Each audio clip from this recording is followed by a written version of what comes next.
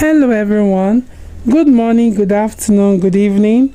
Welcome back to Pulse Report TV, your trusted source for credible, in-depth and up-to-date news from Nigeria and around the world. If you are new here, please subscribe to Pulse Report TV, turn on the notification bell, like this video, share it and don't forget to comment. Your likes, shares and comments are the only way you support this platform, and we truly appreciate you for helping us grow. Today's report is a very important one, so we strongly encourage you to watch this video to the very end. On today's report, a major military operation that may signal the beginning of the end for notorious bandit kingpin Bello, a deep dive into how Nigerian security forces are changing strategy, and an update on the second of the Abuja protests, including a tense face-off between Amechi and the Nigerian police. The days of one of Nigeria's most feared bandit leaders, Bello Turji'S, may finally be numbered. According to security reports emerging this morning, the Nigerian army has carried out a highly coordinated and strategic operation that has dealt a serious blow to a weapons and logistics network believed to be supplying bandit groups in the northwest. Today, we take a closer look at what happened, why it matters, and how it could reshape Nigeria's security landscape. While public attention was focused on ongoing military pressure in the forests of Zamfara and Sokoto, another critical operation was quietly unfolding hundreds of kilometers away in Edo State, in Nigeria's south-south region. The Nigerian Army's 4th Brigade, based in Benin City and led by Brigadier General Ahmed Balogun, had reportedly been tracking a secret logistics and arms supply network linked to armed groups terrorizing the northwest. This network was allegedly responsible for producing weapons, storing ammunition, and moving arms across state lines to bandit groups. On Wednesday, the military launched Operation Igbo Dano 1, a carefully planned clearance operation. This was not a routine patrol.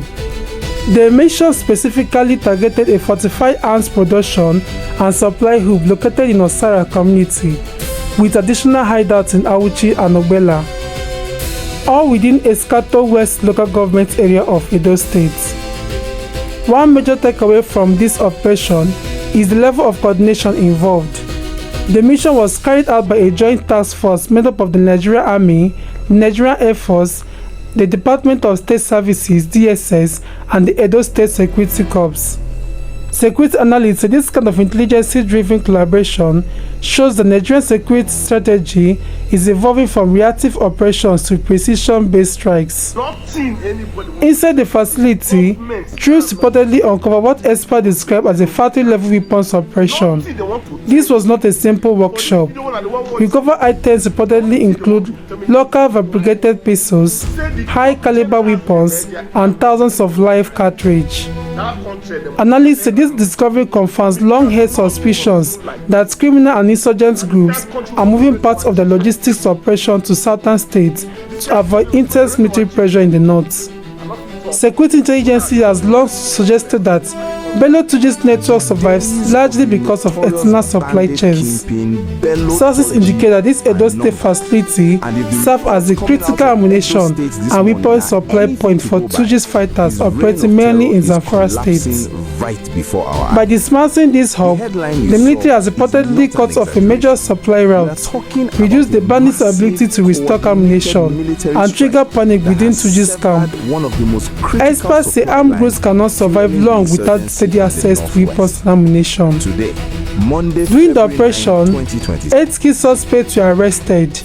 Among those identified are Jalomi Mohammed, Kasmi Abu, and Amudu Atta, a 50-year-old man described as a major coordinator. Security sources emphasize that these individuals are believed to be strategic connectors, linking southern criminal networks to northern bandit groups. Security analysts say this operation sends a powerful message. Nigerians' fight against insecurity is no longer focused only on government in the forests. It is now targeting supply chains, logistics networks, finances, and arms producers. If sustained, experts believe this strategy could make a major turning point in the fight against banditry and insurgency. Now, let's shift attention to Abuja, where protests have entered day 2 following the rejection of a bill on electoral result transmission. Today, tensions escalated at the protest ground as a heated confrontation broke out between Amechi, former governor of Rivers State, and former minister of transportation, and officers of the Nigerian police force. Witnesses described a tense standoff as protesters demanded greater transparency and reforms in Nigeria's electoral process. Security presence was heavy and the verbal exchanges reportedly grew intense before calm was gradually restored.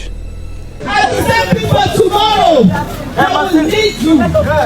You sit down here. They are bringing soldiers to come everywhere here. Is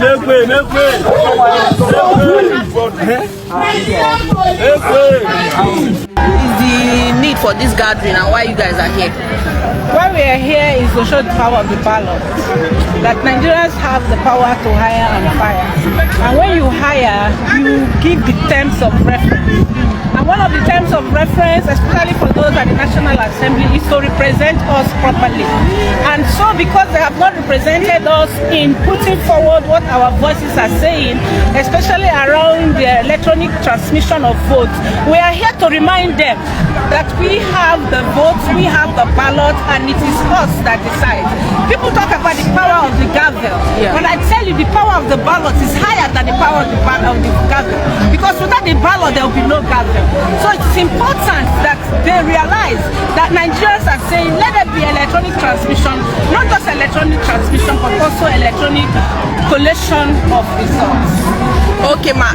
The Senate has come out to deny that what they are alleging is not how it is. What's your response to that? But we saw all of that on TV, and that's one thing about live TV.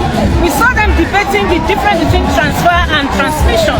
You know that the judgment we had last year is because the court says we cannot use the INEC guidelines to supersede what we have in the Electoral Act in the Constitution. Yes. So we want it to be in the Electoral Act so that it becomes something that is justiciable. You can use the results you have on the IREV and present them in court for whatever reason that you have, especially if you have participated in that election. Thank you so much, ma. Okay, ma. Let's have you, please. What we are talking about is what emerged from the Senate, and what we're just pulling out is that we want electronic transmission real time. There is nothing like trying to water it down, and so let's continue to do that. And so we are asking the National Assembly to pass. We want real time transmission, and at the time when it should be, and no reduction of the days, 360 days. Okay, ma. Thank you. So,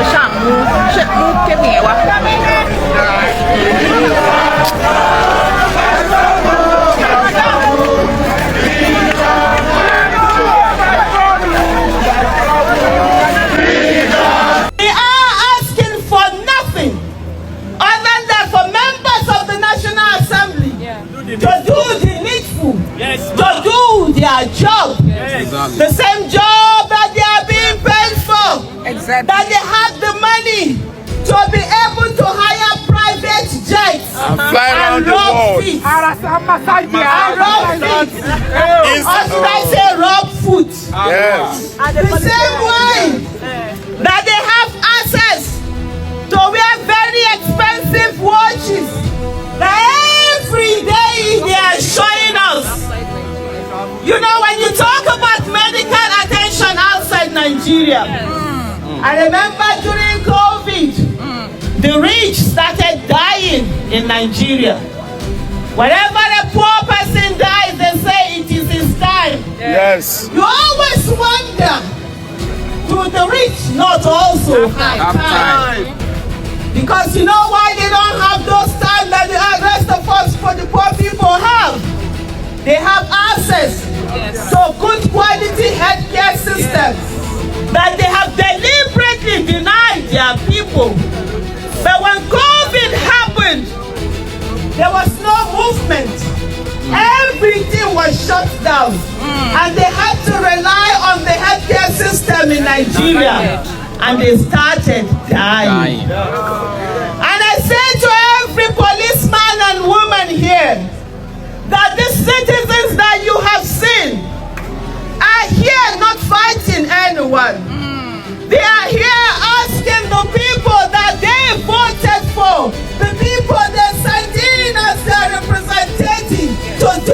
the needful. Do the right thing. And when they haven't done the needful, the citizens will come out to help. Nothing anybody want to tell me say government are not dey this Bello matter. Nothing they want to tell me for this video when I don't watch so. Nothing they want to tell me for this life. Say the top generals them they are not dey for inside.